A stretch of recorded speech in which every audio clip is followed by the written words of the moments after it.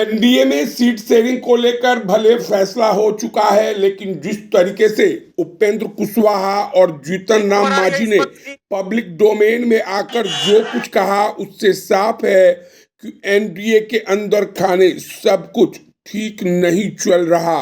जीतन राम मांझी जहां कह रहे हैं कि उन्हें 6 सीट देकर उनका अपमान हुआ है और एनडीए में उनकी हैसियत को कम आंका गया है, इसके कारण चुनाव में गलत परिणाम भुगतने होंगे, तो वहीं उपेंद्र कुशवाहा अपने कार्यकर्ताओं और समर्थकों के नाम माफीनामा लिख रहे हैं। नमस्कार, आप देख रहे हैं हेडलाइंस बिहार और मैं हूं रोशन झा।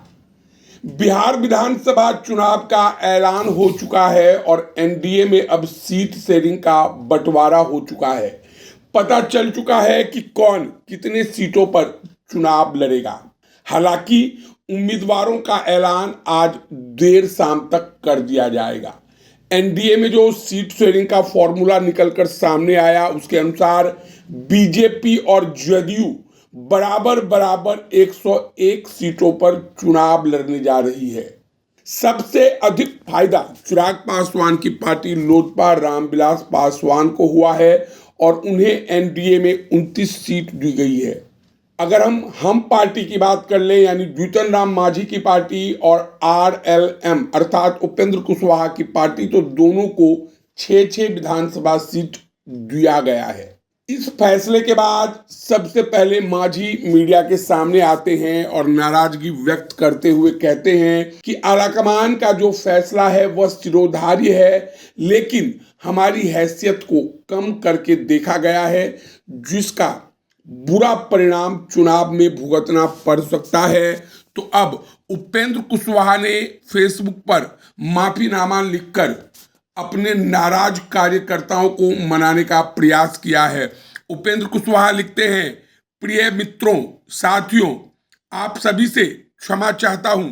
आपके मन के अनुकूल सीटों की संख्या नहीं हो पाई। मैं समझ रहा हूं। इस निर्णय से अपनी पार्टी के उम्मीदवार होने की इच्छा रखने वाले साथियों सहित हजारों लाखों लोगों का मन दुखी होगा। आज कई घरों में खाना नहीं बना होगा, परंतु आप सभी मेरी एवं पार्टी की व्यवस्था और सीमा को बखूबी समझ रहे होंगे।